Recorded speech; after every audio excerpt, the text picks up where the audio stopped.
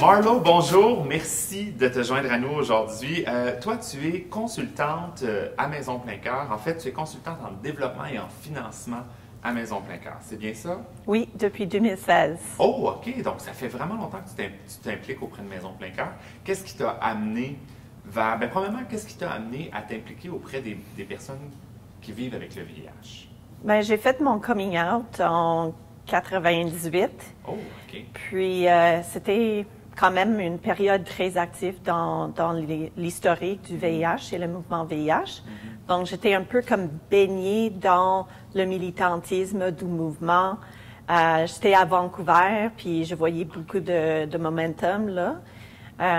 Puis je travaille depuis ce temps-là dans le domaine communautaire auprès des communautés très diverses, beaucoup de personnes queer et trans. Puis c'est ça, mon ami, il a reçu son diagnostic il y a 20 ans. Oh, OK. Donc, pour moi, c'était comme de passer au concept, genre, un peu éloigné, puis voici le mouvement à côté de nous. Puis Là, ça devenait personnel. Exact. Ouais, parce que c'était quelqu'un que tu connaissais proche. Est-ce que c'était un de tes bons amis? Oui. Ah ouais. Ouais. Là, ça t'a donné envie de t'impliquer à ce moment-là vraiment davantage, c'est ça? Oui, exactement. Donc, en 2002, j'ai eu mon premier job en communautaire à Projet 10. OK. C'est Projet pour 10. Projet 10 à OK. Montréal, c'est pour les jeunes LGBTQ2S. Puis, on a fait beaucoup de travail en prévention et éducation, sensibilisation, pour contrer le stigma et tout ça. Et j'ai continué dans ce chemin-là de travailler en prévention et éducation à Head and Hands après. Oui. Donc, c'est ça, je me suis impliquée dans le mouvement depuis peut-être 15-20 ans. Qu'est-ce qui t'a amené vers Maison Plein Cœur? Comment tu as découvert Maison Plein Cœur? Ben, je connaissais pas Maison Plein Cœur tellement parce que j'étais plus dans le côté anglophone, mais je connaissais Chris. OK. Puis on s'est croisés à un moment donné, puis il était nouveau directeur. Puis il m'a dit, peut-être j'aurais besoin d'un coup de main en coaching. Donc, je me suis informée de la mission de Maison Plein Cœur, puis j'étais tellement impressionnée par l'ampleur des services, puis par l'historique de l'organisme. Donc, je me suis impliquée à ce moment. C'est vraiment génial. Et parle-nous de ton rôle un petit peu à Maison Plein Cœur. En 2016, Maison Plein Cœur a vécu une coupure terrible au niveau du gouvernement fédéral. OK. Ils étaient coupés comme 100 000 $ de leur budget annuel, qui était comme 20 % de leur budget. Oh, mon Dieu, OK. Donc, ils étaient un peu dans le mode panique, puis ils ne savaient pas comment surmonter ces défis-là. Donc, moi, je suis arrivée pour faciliter un chemin de rétablissement de cette crise-là. Donc, j'ai travaillé très fort avec Chris. À ce temps-là, on avait Hélène, qui était l'ancienne présidente de Maison Plein Cœur. Puis, il y avait comme une autre crise qui est arrivée parce qu'elle est décédée soudainement. Donc, l'équipe a vraiment eu des obstacles majeurs, mais au fur et à mesure, les gens se sont mobilisés. On a bâti tout un programme de dons par particulier. OK. On a créé une campagne annuelle avec tous les aspects qui existent toujours, les porte-paroles, les événements d'ouverture et clôture,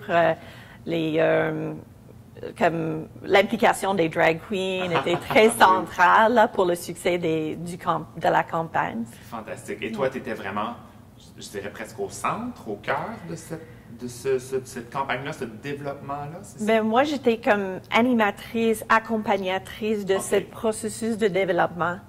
Donc, on a travaillé comme équipe, là, c'était vraiment un projet d'équipe avec tous les bénévoles du conseil d'admin, avec les employés, avec le leadership de Chris. Et un moment clé, c'était quand Denis Martin est arrivé. OK. Parce que lui, là, il amène tellement de passion, tellement d'habilité, tellement de réseau, tellement de folie que ça a donné un gros boost à la campagne annuelle. Juste de lui accueillir dans l'équipe. Ben oui, oui, absolument, c'est vraiment génial. Là, on s'en va vers un moment clé dans justement cette implication-là, dans ce développement-là d'une très grosse campagne majeure, vraiment clé pour justement contrer toutes les coupures qu'il y a eu, mais pour donner vraiment un second souffle dans le cadre justement des 30e. Peux-tu nous en parler un tout petit peu? Oui, tout à fait. Alors, l'équipe à Maison Plein Cœur se prépare pour démarrer une campagne capitale de environ 500 000 $. C'est vraiment très gros, là. Mais écoute, là, le fait qui m'a attiré à Maison Plein Cœur au départ va faire en sorte que la campagne va avoir du succès. Ah oui. Puis au centre de ça, c'est l'amour. Ah, wow, oui. C'est vraiment l'amour parce qu'on le ressent. Le Ouais. moment où on entre dans le bâtiment, même si le bâtiment est un peu magané, genre, ça c'est pourquoi on veut faire une campagne capitale, Oui. mais on ressent le soin, on ressent comme toute la passion de l'équipe Ah oui. pour prendre soin de la communauté. Donc, on est convaincu que la communauté montréalaise va prendre soin de Maison Plein Cœur aussi. Wow. Ben, on va Ouais. y arriver grâce à des personnes comme toi aussi, qui ont une belle énergie, puis comme tu dis, qui mettent l'amour au centre de leur vie ou de leur intérêt, puis qui sont guidés par l'amour, comme on le fait à Maison Plein Cœur. Écoute, Marlo, tu es une personne extraordinaire. Ben, merci, Barbada. Merci de ton implication. Merci à auprès de toi. Maison Plein Cœur. C'est tellement génial de voir ton énergie, ton beau sourire. Je te souhaite, ben, on se souhaite une belle campagne. Oui. Puis vraiment plein d'amour encore. Merci d'avoir été là. Merci. En plein cœur, en plein cœur.